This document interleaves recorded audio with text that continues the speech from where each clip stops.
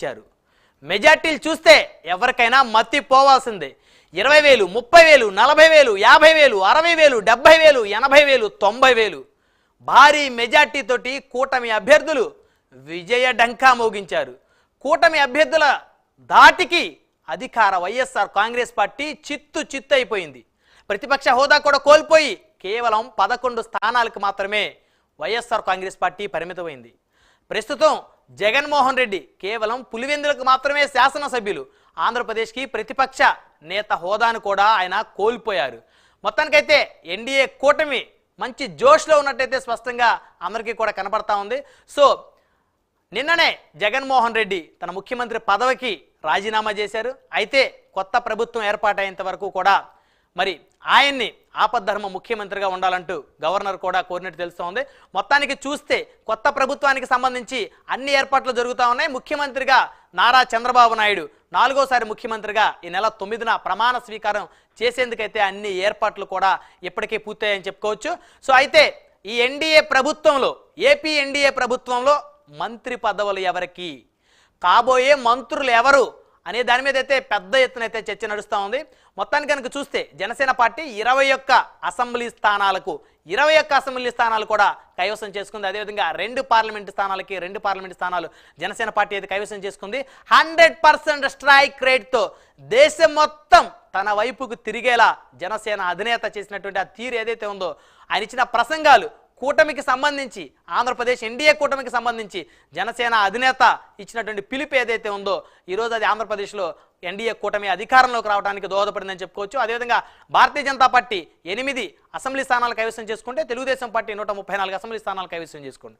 అదేవిధంగా అటు కేంద్రంలో కూడా వైఎస్ఆర్ కాంగ్రెస్ పార్టీ కేవలం 4 పార్లమెంటు స్థానాలకే పరిమితమైనటువంటి పరిస్థితి ఉంది. సో మొత్తానికి కనుక చూస్తే ఆంధ్రప్రదేశ్కి సంబంధించి అటు రాష్ట్రంలో మంత్రి పదవులు ఎవరెవరు ఉంటారో, అదేవిధంగా కేంద్రంలో ఎవరికి ఎన్ని మంత్రి పదవులు వస్తాయని, ఇటు జనసేన దాదాపు 5 మంత్రి పదవుల నుంచి జనసేన పార్టీ ఉండేటువంటి అవకాశం ఉంటుంది.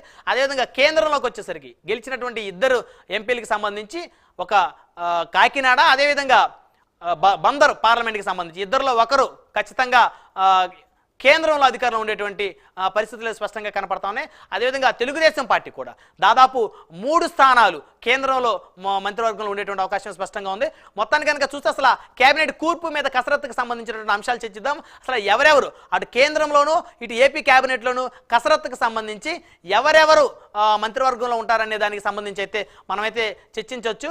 జిల్లాల వారీగా మనమైతే ఎవరెవరు మంత్రి పదవి రేసులు అయితే ఉంటారనేది మనం జిల్లాల వారీగా కూడా ఒకసారి చూడవచ్చు. అటు కేంద్రంలో ఇటు ఏపీలో క్యాబినెట్ల కసరత్తు అనేటువంటి అంశం అయితే చర్చిద్దాం.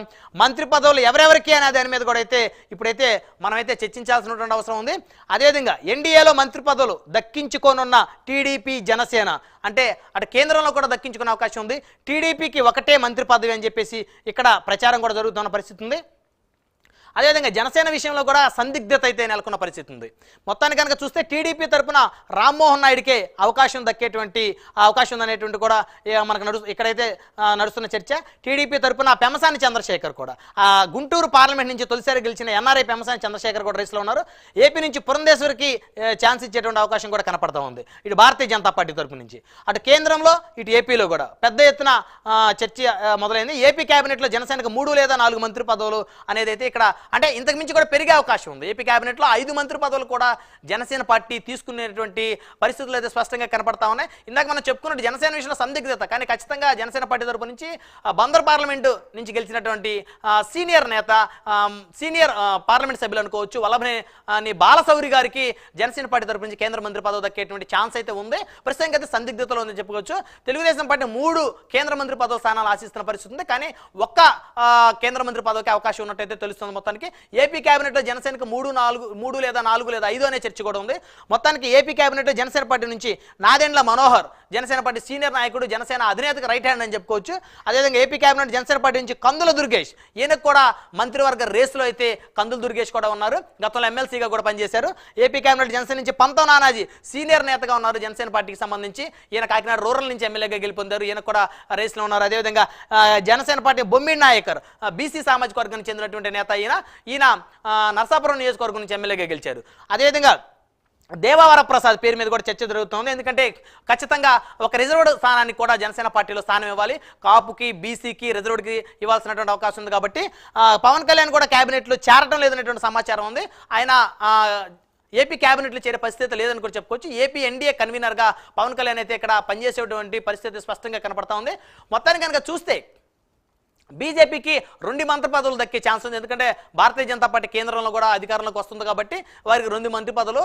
విజయవాడ వెస్ట్ నుంచి ఇక్కడ ఎవరైతే గెలిచారో సుజనా చౌదరి గారు, ఆయన అయితే మంత్రి పదవి రేసులో ఉన్నట్టయితే తెలుస్తూ ఉంది. అదేవిధంగా క్యాబినెట్లో సత్యకుమార్, ఈయన కూడా భారతీయ జనతా పార్టీ నుంచి ఎమ్మెల్యే గెలిచినటువంటి ఈయనకు కూడా కేంద్ర రాష్ట్ర మంత్రివర్గంలో చూడదక్కే అవకాశం కనబడతా ఉంది. అదేవిధంగా బీజేపీ నుంచి క్యాబినెట్ రేసులో ఆదినారాయణ రెడ్డి, జమ్మలమడుగు సీనియర్ నేత అయిన జమ్మలమడుగు ఎమ్మెల్యే ఆదినారాయణ రెడ్డి కూడా అవకాశం దక్కేటువంటి అవకాశం ఉంది. మొత్తానికి కామినేని శ్రీనివాస్, ఈయన గతంలో కూడా బీజేపీ నుంచి 2014లో ఈయన గతంలో కూడా మంత్రిగా వ్యవహరించారు కూటమికి సంబంధించి. అదేవిధంగా శ్రీకాకుళం నుంచి అచ్చెన్నాయుడు, ఈయన తెలుగుదేశం పార్టీ రాష్ట్ర అధ్యక్షుడిగా ఉన్నారు. ఈయన కూడా మంత్రివర్గంలో రేసులో ఉన్నారు తెలుగుదేశం పార్టీకి సంబంధించి. అదేవిధంగా కూన రవికుమార్, ఈయన బీసీ సామాజిక వర్గానికి చెందిన నేత, ఈయన కూడా రేసులో ఉన్నటువంటి సమాచారం అయితే మనకైతే అందుతూ ఉంది. అదేవిధంగా మరికొంతమంది కూడా తెలుగుదేశం పార్టీ సంబంధించి రేసులో ఉన్నట్టు తెలుస్తుంది. జనసేనలో 3, 4 లేదా 5 అనేటువంటి చర్చ కూడా సాగుతూ ఉంది.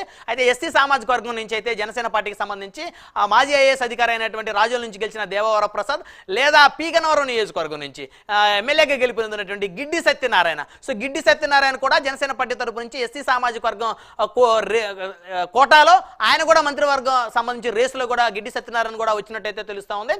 సో మొత్తాన్ని చూస్తే ఈ అంశాలకు సంబంధించి కాబోయే మంత్రులు ఎవరు అనేది అంశం అయితే